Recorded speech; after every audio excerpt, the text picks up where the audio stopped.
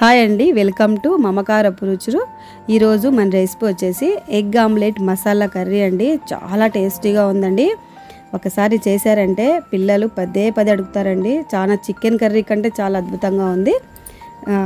దీనికోసం నేను మొదటగా ఆమ్లెట్ వేసుకున్నానండి. ఒక ఎగ్ ఇలా బ్రేక్ చేసి వేసుకోవాలి. తర్వాత పచ్చసొనని కొంచెం చెదరనివ్వాలండి, లోపల కూడా ఉడుకుతుందనమాట. అలా చేస్తే తర్వాత ఒక పావు టీ స్పూన్ అంత సాల్ట్, పావు టీ స్పూన్ అంత కారం, ఒక పావు టీ స్పూన్ అంత మిరియాల పొడి వేసుకోవాలండి. తర్వాత కొద్దిగా ఆయిల్ వేసుకోవాలి. తర్వాత తిప్పేసుకొని ఈ వైపు కూడా ఉడికించుకోవాలండి ఆమ్లెట్ని. ఇదే విధంగా నేను 3 వేసుకున్నానండి. ఇప్పుడు ఒక బాండీలో 3 టేబుల్ స్పూన్ అంత ఆయిల్ వేసుకొని 1/2 టీ స్పూన్ ఆవాలు, ఒక మీడియం సైజు 2 ఉల్లిపాయలు అండి, ఇవి బాగా ఫ్రై చేసుకోవాలి. తర్వాత 2 పచ్చిమిర్చి చీలికలు వేసుకొని ఫ్రై చేసుకోవాలి.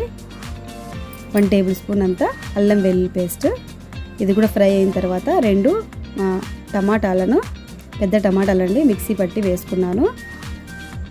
గ్రేవీకి చాలా బాగుంటుందండి టమాటా ఈ విధంగా వేస్తే. తర్వాత పావు టీ స్పూన్ పసుపు, 1/2 teaspoon salt, 1/2 teaspoon జీలకర్ర పొడి, 1 టేబుల్ స్పూన్ ధనియాల పొడి, తర్వాత 1/2 టీ స్పూన్ గరం మసాలా, ఇవన్నీ వేసుకొని బాగా ఫ్రై చేసుకోవాలి.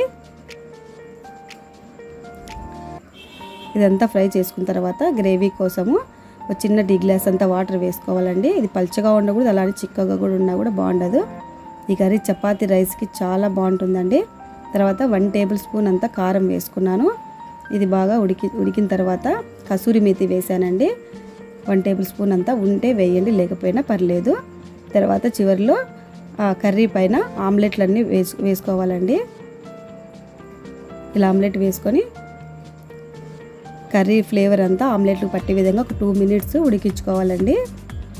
లో ఫ్లేమ్ పెట్టి ఉడికించుకోవాలి. ఇలా కొంచెం ఫ్రెష్ చేస్తే కర్రీలో బాగా మునుగుతుంది అనమాట, ఆమ్లెట్లన్నీ బాగుంటాయి.